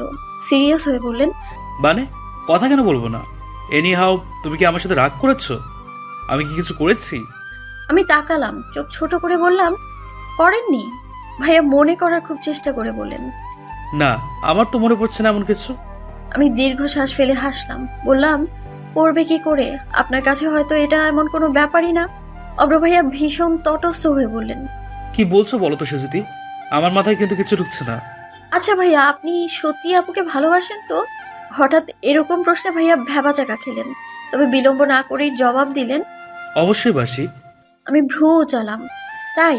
তাহলে আপনার ভাইয়ের এক কথায় বিয়ে ভেঙে দিতে রাজি হলেন কি করে? ভাইয়া ধাক্কা খাওয়ার মতো করে তাকালেন। তুমি কি করে জানলে? কি করে জেনেছি সেটা তো গুরুত্বপূর্ণ নয়। এরকম করেছিলেন তো, তাই না? ভাইয়া এ পর্যায়ে দৃষ্টি সরালেন আমার থেকে। হাসি পেল আমার, তাচ্ছিল্যের হাসি। বললাম, আমি অবাক হয়েছি খুব। আপনাদের এত দিনের সম্পর্ক, অথচ ভাইয়ের একটা কথায় কোনো প্রশ্ন না করেই আপনি বিয়ে ভাঙতে হ্যাঁ বললেন। একবারও ভাবিনি এতে আপুর কি অবস্থা হতো, ওর উপর কি প্রভাব পড়তো। ও তো শেষ হয়ে যেত ভাইয়া। ভালোবাসার উপর থেকে বিশ্বাসটাই হারিয়ে ফেলতো। আর আপনি, আপনার ভালোবাসা কি মিথ্যে ছিল? আপনি কষ্ট পেতেন না? ভাইয়া নিচের দিকে তাকিয়ে বললেন, পেতাম, ওর থেকেও দ্বিগুণ কষ্ট পেতাম। আমি উদ্বিগ্ন হয়ে বললাম, তাহলে কি করে মত দিলেন আপনার ভাইয়ের এমন অন্যায় আবদারে? ভাইয়া তাকালেন। আমার ভাইকে তুমি চেনো না সুজতি। আমি কষ্ট পাবো এমন কোনো কাজ ভাই কোনোদিনও করবে না, এ বিশেষ আমার ছিল। কথাটা আমার কাছে যুক্তিহীন ঠেকল। বিরক্তিতে মাথা নেড়ে আরেক দিকে ফিরলাম। ভাইয়া লম্বা শ্বাস ফেলে বললেন, আমি যখন ছোট তখন বাবা মারা যান। ভাইয়ের বয়স কত আর? 15-16। বাবা হঠাৎ মৃত্যু মা মেনে নিতে পারেনি, শোকস্তব্ধ হয়ে পড়েন। সংসার, ছেলে মেয়ে, জাগতিক সব তুচ্ছ হলো মায়ের কান্না আর উদাসীনতার কাছে। বহুদিন আমি মায়ের কাছে যেতে অবধি পারিনি। মা ঘরবন্দি থেকেছেন। সেই সময়টায় আমায় কি সামলেছে জানো? ভাই 2 হাতে তুলে দিয়েছে আমার দায়িত্ব। আমি ব্যথা পাবো এরকম কোনো সংকীর্ণ জায়গা ভাই ছাড়েনি। আমি কাঁদবো, ভাই তা কখনো সহ্য করেনি। এমন অনেক কিছুই যা মা দিতে চায়নি, কিন্তু ভাই এনে দিয়েছে আমায়। আমার একবার চাওয়ায় নিজের প্রিয় জিনিসটাও দিয়ে দিয়েছে, দ্বিতীয়বার প্রশ্ন করেনি। আর সেই ভাই জীবনে প্রথমবার কিছু চাইলো, হোক আমার জীবনের চেয়েও দামি কিছু। আমি কেন দেবো না সুতি? তুমিও তো আরিশাকে ভালোবাসো, তুমি হলে দিতে না? আমি নির্বাক হয়ে বসে রইলাম। কথার প্রেক্ষিতে জবাব শূন্য। আমি কি বলবো, কি উত্তর দেব? অব্র ভাইয়া আবার বললেন, জানি না তোমাদের মধ্যে কি চলছে, ভাইয়ের সাথে কবে আলাপ, কিভাবে এই বিয়ে, তাও জানি না। তবে একটা কথাই বলবো, ভাইকে যদি চিনতে পারো বুঝবে মানুষটা ভেতরে মোমের মতো নরম। ভালোবাসার তাপ পেলেই নির্বিশেষ গলে যাবে। তখনই অব্র ভাইয়াকে বাইরে থেকে ডেকে উঠলেন আন্টি। ভাইয়া আসছি বলে উঠে দাঁড়ালেন। আমার মুখের দিকে চেয়ে মুচকি হেসে বললেন, আসছি, হ্যাভ এ নাইস ড্রিম। ভাইয়া চলে গেলেন। তারপর অনেকটা সময় পার হলো। হঠাৎ জুতোর শব্দ পেয়ে আমার বুঝতে অসুবিধা হলো না কে আসছে। তৎক্ষণাৎ শুয়ে পড়লাম বিছানায়। ভান করলাম আমি ঘুমিয়ে গিয়েছি। কেউ নিশ্চয়ই অকারণে ঘুমন্ত মানুষকে জাগিয়ে তুলবে না। টের পেলাম পায়ের শব্দটা অতি স্বর্ণকটে আমার। এরপরে খুব কাছে এসে থামলো। আমি চোখ খিচে বুঝে কাত হয়ে শুইলাম। সেই মুহূর্তেই হাতে টান পড়লো। রুদ্র রীতিমতো টেনে উঠিয়ে বসালেন আমায়। হকচকালাম আমি। জিজ্ঞাসু চেহারায় ওনার দিকে তাকালাম। উনি ঘাড় কাত করে বললেন, বাসর রাতে স্বামীকে সালাম করা আদব জানেন না? আমি দাঁত চেপে তাকিয়ে থাকলাম ওনার ফর্সা মুখের দিকে। পরপর খেয়াল করলাম ওনার পরনে নীল পাঞ্জাবি। মনোযোগী হয়ে নিজের শাড়ি দেখলাম, তারপর একই ডিজাইন, একই নকশা, কাপল সেট। উনি পোশাক মিলিয়ে কিনেছেন? কি ব্যাপার, শুনতে পাননি? শুনেছি। আমার সংক্ষিপ্ত উত্তরে উনি বোধহয় খুশি হননি। ভ্রু কুচকে পুরো কণ্ঠে বললেন, শুনে বসে আছেন কেন? সালাম করুন। ঘাটতেরা লোক সালাম না করা অবধি যে আমার রেহাই দেবে না, আমার বোঝা হয়ে গেছে। ছোট শ্বাস ফেলে নামতে উদ্যত হব, ঠিক তখনই উনি ভাব নিয়ে বললেন, থাক, দরকার নাই। কেমন ফাজলামো! সালাম করতে বলে আবার বিরক্তি। তখন আমার রগে রগে দৌড়াচ্ছে। রুদ্র আমার পাশে বসতে আমি দূরে সরতে গেলাম। অমনি উনি হাত চেপে ধরলেন আমার। আমি জ্বলন্ত চোখে তাকালাম। হাত সরান। উনি শান্তভাবে বললেন, সম্ভব না, কাছে আসুন। আমার কিছু বলার পূর্বেই উনি হাঁচকা টানে বসলেন। হুমড়ি খেলাম ওনার বুকের উপর। ওনার বুকের ভেতরের ধুকপুক শব্দটা তখন স্পষ্ট কানে বাজলো। আমি সরতে গেলাম, উনি বাধা দিলেন, বরং আরো শক্ত করে চেপে রাখলেন। আমার মাথায় তখন ঘুরছিল একটা প্রশ্ন, একদিনের আলাপে মানুষ কিভাবে এরকম ব্যবহার করতে পারে, নির্লজ্জ। উনি হাত শিথিল করলেন সময় নিয়ে। সুযোগ পেতেই আমি ছিটকে সরে এলাম। উনি কিছুক্ষণ চেয়ে থেকে অন্যদিকে তাকালেন, পরপর নিচের দিকে চেয়ে মুচকি হাসলেন। আমি ভেতরে কৌতূহলটা চেপে রাখতে না পেরে বলে উঠলাম, একটা কথা বলবেন? উনি ভ্রু নাচালেন। কি কথা?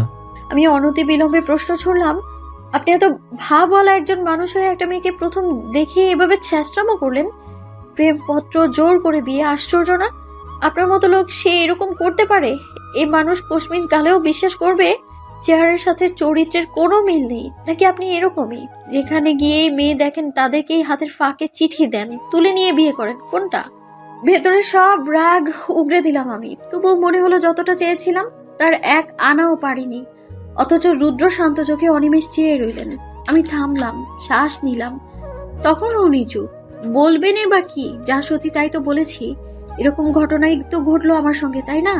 কে বলল আমি কালই আপনাকে প্রথম দেখেছি? আমি সদা জাগ্রত হয়ে তাকালাম ওনার দিকে। ওনার বাদামি দৃষ্টিতে প্রশ্নবোধক দৃষ্টি ঝুলিয়ে বললাম, তাহলে? গম্ভীর মানুষটা মুচকি হাসলেন। সত্যি বলতে এত সুন্দর করে হাসলেন উনি, আমার চোখ জুড়িয়ে গেল এতে। চেয়েই রইলাম। উনি চুলগুলো উপরে ঠেলে ভরাট কণ্ঠে বললেন, আমি আপনাকে আরো আগে থেকে চিনি। আমি বিস্মিত হয়ে বললাম, আগে থেকে? কবে থেকে চেনেন? কি করে চেনেন? আমার উদ্দলিত প্রশ্নে উনি বাঁকা হেসে ভ্রু গোটালেন। বলা কি উচিত? আমি দিশেহারা হয়ে বললাম, বলুন না, আমি না হলে কথা শুনতে না পারলে মরেই যাব। উনি তৎক্ষণাৎ চোখ রাঙিয়ে বললেন, এসব কি কথা? আমার উত্তেজনা নিভে গেল। মিনমিন করে বললাম, বলুন না প্লিজ। উনি খানিকক্ষণ চেয়ে রইলেন, নিষ্পলক সুস্থির চাহনি। পরপর একটু এগিয়ে বসলেন। আমি সরতে নিলেই বললেন, তাহলে বলবো না। আমি দমে যাই, বসে রই, কথাটা আমাকে শুনতে হবেই। রুদ্র আমার থেকে চোখ ফিরিয়ে দেয়ালে তাকালেন, বললেন, ড্রাইভার ছাড়া খুব কম বের হই আমি, মাঝে মধ্যে বলতে গেলে। সেদিনও বেরিয়েছি। অনেকটা পথ হেসে হঠাৎ খেয়াল করলাম গাড়ির ব্রেক কাজ করছে না, কিছুতেই থামছে না। আর যা হবার তাই হলো, ঠুকে গেল গাছের সঙ্গে। তাও ভালো করে গায়ে ওঠেনি। দুপুরবেলা বলে রাস্তাঘাটের লোকজন একদম নেই বললেই চলে। আমার গাড়ির ফ্রন্ট কাঁচ ভেঙে ভেঙে আমার সমস্ত গা হাত পা কেটে গেছে। মাথা লেগেছে স্টিয়ারিংয়ে। ফোটা ফোটা রক্ত শরীর চুয়ে ছিটে পড়ছিল, টের পাচ্ছি। অসহ্য যন্ত্রণায় কাতরে সৃষ্টিকর্তাকে ডাকছিলাম, কেউ একজনকে পাঠাক, আমাকে বাঁচাক। তার কিছু সময় পর টের পেলাম কয়েকটা মেইলি আওয়াজ। আমার হুঁশ তখন বিপন্ন। দেখছি, শুনছি, কথা বলার শক্তি নেই। কলেজ ইউনিফর্ম পরা 3-4টা মেয়ে এসে ঘিরে ধরেছে আমার গাড়িটাকে। তার মধ্যে একটা মেয়ে দরজা খুলে আমার কাছে এলো। আমাকে এই যে শুনছেন এভাবে বলে ডাকলো অনেকবার। আমি কোনো মতে তাকিয়েছি কেবল। ভ্রু ভিজে চোখের পল্লব তখন পাথর সমান ভারী। ঝাপসা দৃষ্টিতেও মেয়েটার মুখের আদল বুঝতে পারি। তারপর জ্ঞান হারাই। যখন চেতনা ফিরল নিজেকে আবিষ্কার করলাম হাসপাতালের বেডে। সমগ্র গাত্রে ব্যথা, যন্ত্রণা চিনচিন করছে। হাত পা নাড়ানোর জো অবধি নেই। অল্প সময় মাত্র কেবিন ভরে গেল। মা কাঁদছিলেন, অভ্রচিন্তিত। আত্মীয় স্বজন, ব্যবসায়ের লোকজন যে যেখান থেকে পারলো দেখতে এলো, খোঁজ নিল। কথা বলতে পারলাম তারও 2 ঘন্টা পরে। আমার বারবার স্পষ্ট সেই মেয়েটার কথা মনে পড়ছিল। সেই মেয়েটা যে আমার রক্তাক্ত গাল চাপড়ে আমাকে ডাকছিল, সেই কণ্ঠস্বর যা ঝংকারের মতো বাজছিল আমার কানে। আমি তৎক্ষণাৎ ডাক্তারকে প্রশ্ন করলাম, আমাকে হাসপাতালে কে আনলো? জানতে পারলাম কতগুলো কলেজ পড়ুয়া মেয়ে সিএনজি করে এনেছে আমায়। শুধু তাই নয়, তার মধ্যে একটা মেয়ে আমাকে রক্তও দিয়েছে। খুব আগ্রহ নিয়ে মেয়েটার ডিটেলস জানতে চাইলে তিনি নাম ছাড়া কিছুই বলতে পারেননি। সেই নামটা ছিল সেজুতি। এটুকু বলে উনি আমার দিকে তাকালেন একবার। আমার ঠোঁট নিজ শক্তিতে আলাদা হয়ে বসে আছে। উনি আবারও বলতে শুরু করলেন, আমার সুস্থ হতে প্রায় 1.5 মাস লেগেছিল। সবল হয়ে সবার প্রথমে মেয়েটাকে খুঁজব, এ আমার আগে থেকে ঠিক করা ছিল। লোক লাগালাম, ওই রোডের আশেপাশে সব কলেজে খোঁজ নিলাম, পাইনি। হঠাৎ একদিন অভ্র আমাকে জানালো ও একটা মেয়েকে ভালোবাসে, আরিশা নাম। মা ছবি দেখতে চাইলেন, ও দেখালো। পরপর নিয়ে এলো আমার কাছে। আমার মনোযোগ অতটাও ছিল না, আমি তখন বের হওয়ার জন্য তৈরি। অভ্র আরিশার ছবি দেখাচ্ছিল। এমনকি ওর বাবা মা এক পর্যায়ে বলল, এটা ওর বোন সেজুতি। নাম শুনেই চকিতে তাকালাম আমি। তড়িৎ বেগে ফোনের স্ক্রিনে মন দিলাম। আরিশার সাথে সেই মেয়েটা যার মুখের ছবি আমি দেখেছিলাম। সেদিনের থেকে আজ ভালো করে দেখলাম, সঙ্গে সঙ্গে আমার মস্তিষ্কে গেঁথে গেল যেন। আমার চিনতে একটু অসুবিধা হয়নি। কেন হয়নি? অনেকগুলো দিন পেরিয়েছে, ভুলে যাওয়ার কথা ছিল, তবু হয়নি। আশ্চর্য না? এটাই সেই মেয়ে যে আমাকে রক্ত দিয়েছে, আমায় বাঁচিয়েছে। কাঙ্ক্ষিত মানুষটিকে খুঁজে পেয়ে আমার আনন্দ ছিল বাঁধ ভাঙা। কি দুর্ভাগ্য, প্রকাশ করতে পারেনি। পাছে অভ্র না বুঝে দেয়। শুধু জিজ্ঞেস করলাম কোন কলেজে পড়ে। অভ্রর থেকে জেনে আমি তৎক্ষণাৎ খোঁজ লাগালাম, পেয়েও গেলাম একদিনের মাথায়। মেয়েটা তার বাড়ির কাছের একটা কোচিং সেন্টারে পড়তো। আমি প্রায় প্রত্যেকটা দিন তাকে দেখতাম। কলেজের কোচিং শেষে নির্ধারিত সময় তাকে দেখতে যাওয়া আমার দৈনন্দিন রুটিনে পাল্টালো। কেন যেতাম, কেন দেখতাম, এসব উত্তর আমার কাছে ছিল না। শুধু জানতাম ছোট্ট মেয়েটাকে দেখতে ভালো লাগছে আমার, শান্তি পাচ্ছি খুব। আমি কাছে যেতে চাইতাম বহুবার, কিন্তু পারিনি, সংকোচ হতো। এর আগে এরকম ঘটে কিনা? তার উপর সে ছোট ভাইয়ের গার্লফ্রেন্ডের বোন, আর সেই সংকোচ কাটাতে কাটাতে 1 বছর পার হলো। এর পরপরই অভ্র এসে জানালো আরিশার বিয়ে ঠিক হয়েছে। মাও আমার সঙ্গে বিয়ের কথা বলে ক্লান্ত, তাই সিদ্ধান্ত নিলেন অভ্রর বিয়ে আগাবে। আমিও সায় জানালাম, সাথে আগ্রহ নিয়ে বললাম, কালই প্রস্তাব নিয়ে গেলে কেমন হয়? দুজনে রাজি হলো। আমার তখন অন্য চিন্তা, ভিন্ন উদ্দেশ্য। কখন মেয়েটার বাসায় যাব আর তাকে দেখব, একদম সামনে থেকে দেখব। রাস্তা ফুরালো বড্ড দেরি করে। গিয়ে দেখলাম সেই বহু আকাঙ্ক্ষিত মানুষটি দরজার সামনে দাঁড়িয়ে, হাতে গোলাপ জলের সাদা কৌটো, পরনে পিঙ্ক চুড়িদার। কি অপরূপ লাগছিল।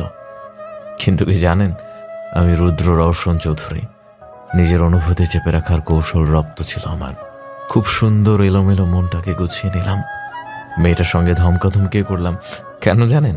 সে যদি বোকার মতো চেয়ে থেকে দুদিকে মাথা নাড়ালো। জানে না সে। রুদ্র চাপা কণ্ঠে বলল, আপনার ধৈর্য দেখতে পরীক্ষা করছিলাম আপনি কতটা হজম করতে পারেন। তবেই না বুঝবো এই মেজাজি রুদ্রটাকে ভবিষ্যতেও আপনি সামলাতে পারবেন। আপনাদের বাড়ি থেকে ফিরেই মাকে বিয়ের কথা জানিয়েছি। আপনার প্রতি অনুভূতি তখন রগে রগে বইছে আমার। একটা মুহূর্ত আপনাকে ছাড়া চলবে না যেন। খুব আশা নিয়েছিলাম আমাদের বিয়ে নিয়ে, অথচ শুনলাম আপনি বিয়েটা না করেছেন। তাহলে বলুন তো, মেনে নেই কি করে? আমি মেনে নেইও নি, তুলে নিয়ে বিয়ে করেছি আপনাকে, সম্পূর্ণ নিজের করে ছেড়েছি। ঠিক করেছি না? আমার অক্ষি পলক তীর তীর করে নড়ছিল। কয়েক পল কথাই বলতে পারিনি। 1 বছর আগের সব কথা এক এক করে স্পষ্ট মনে পড়লো। কোচিং থেকে ফেরার পথে আমাদের সামনেই একটা গাড়ি প্রচন্ড জোরে গাছের সাথে বাড়ি লেগেছিল। আমরা অনেকেই ছিলাম, ভয় পেয়ে গিয়েছিলাম প্রত্যেকে। হুঁশ ফিরতেই 3 জন ছুটে গেলাম সেই দিকে। বাকিরা ঝামেলা পোহাতে ভয় প্রস্থান নিল সেখান থেকে। ভেতরের লোকটার সারা মুখ তখন রক্তে মাখা, চেহারাটা বোঝা যায়নি ঠিকঠাক। লোকটাকে বাঁচাতে হবে ভাবতেই আমার মস্তিষ্ক খেয়ালও করেনি ভালো করে। কয়েকজন মিলে ওনাকে হসপিটালে নিতে সক্ষম হই। ডক্টর জানালেন ওনার অবস্থা খারাপের দিকে, রক্ত লাগবে। আমি চটপট করে বলে দিলাম, আমার থেকে নিন। ওই দিন আপুর জন্মদিন থাকায় বাড়ি থেকে একের পর এক ফোন আসছিল। হসপিটালে আছি বলতেও পারছিলাম না। অথচ সারা জামা ভর্তি লোকটার রক্তে। যখন শুনলাম রোগীর অবস্থা ভালোর দিকে, ফিরে এলাম বাড়িতে। রক্ত নিয়ে হাজারটা প্রশ্নের উত্তর দিতে হয়েছিল। তারপর দিন লোকটাকে দেখতে যেতে গেলেও শুনলাম ওনার বাড়ির লোক ওনাকে অন্য ক্লিনিকে শিফট করেছেন, যেটা বেশ দূরে। আর যাইনি আমি, ফিরে আসি। পরপর দিন গেলে ভুলে গেলাম সেই ঘটনাটা, অথচ সেই লোকটাই ছিলেন রুদ্র। আমি তখনও হাঁ করেছি, বিস্ময়াভিভূত হয়ে বললাম, 1 বছর ধরে ভালোবাসেন আমায়? উনি মাথা দোলালেন। আমি ভাবছি, খুব ভাবছি, আড়াল থেকে একটা মানুষ আমায় ফলো করলো, রোজ দেখলো, আর আমি বোকারাম টেরও পেলাম না। কি আশ্চর্য! আমার ভাবনায় ডুবে থাকা মন নড়ে উঠলো ওনার হাতে স্পর্শে। আমি তাকালাম, উনি গভীর চোখে চেয়ে বললেন, 1 বছর আপনার কাছে আসার অপেক্ষা করেছি, আপনি আসেননি। এখন আমি এলাম, ফিরিয়ে দেবেন? আপন করে নেবেন না? আমি তৎক্ষণাৎ কিছু বলতে পারলাম না, চুপ করে রইলাম। উনি কণ্ঠ খাদে নামিয়ে বললেন, একবার ভালোবেসে দেখুন, ঠকবেন না। আমি স্থির হয়ে বললাম, সময় লাগবে। উনি একটু হেসে বললেন, দিলাম সময়, আদৌ সেদিন আসবে কিনা কে জানে, যেদিন আমায় কাছে টেনে বলবেন, ভালোবাসি রুদ্র। আজ আমাদের সংসারের 3 বছর, আর এখন আমি এই মানুষটাকেই পাগলের মতো ভালোবাসি। যত দিন পার হয় আমার ভালোবাসা আকাশের মতো সীমা ছাড়ায়, পাহাড় ডিঙায় পায় সমুদ্র সম গভীরতা। এখন তার উষ্ণ বুকে মাথা না রেখে ঘুমালে আমার রাত কাটে না। ভীষণ ভোরে সবার আগে তার নীরের চিবুকটা না দেখলে দিন ভালো যায় না আমার। আমি প্রতিদিন একটু একটু করে তার প্রেমে পড়েছি, হয়ে উঠেছি তার প্রণয়নী। আমার ইচ্ছে শেষ নিঃশ্বাস অবধি তার অন্তঃকরণে আমার অস্তিত্ব থাকুক, যেখানে তার প্রণয় রসে আমি সিক্ত হব বহুবার। লেখা শেষ করে সেজতি দাড়ি টানলো, একবার তাকালো দেয়ালে টাঙ্গানো বিশাল ফ্রেমের ছবির দিকে। সেই ছবিটা যেটা বিয়ের দিন তুলেছিল রুদ্র। ক্ষীণ হেসে দাঁড়িয়ে সে, আর সেজতির ঠোঁটে হাসি বিলুপ্ত। অথচ এটাই সেজতির সবচেয়ে পছন্দের ছবি। এই 3 বছরে 3 লক্ষ ছবির চেয়ে এটাতেই যেন খুঁজে পায় মিশ্র অনুভূতি। ভাগ্যের সেই দিন উনি বিয়েটা করেছিলেন, না হলে এই চমৎকার মানুষটা মিস হয়ে যেত যে। সে যদি প্রসন্ন শ্বাস টানল, ডায়েরিটাকে ড্রয়ারে রেখে উঠে দাঁড়াতেই পেছন থেকে 2টো হাত শক্ত করে জড়িয়ে ধরল। স্পর্শ পেতেই সে যদি বুঝে ফেললো এটাকে, মুচকি হেসে বলল, কখন এলেন? রুদ্র তার চুলের ভাঁজে নাক ঘষে মাথায় চুমু খেয়ে জবাব দেয়, এক্ষুনি। ফ্রেশ হবেন না? তুমি আমার ফ্রেশনেস। সে যদি লজ্জা পায়, একটু চুপ থেকে বলে,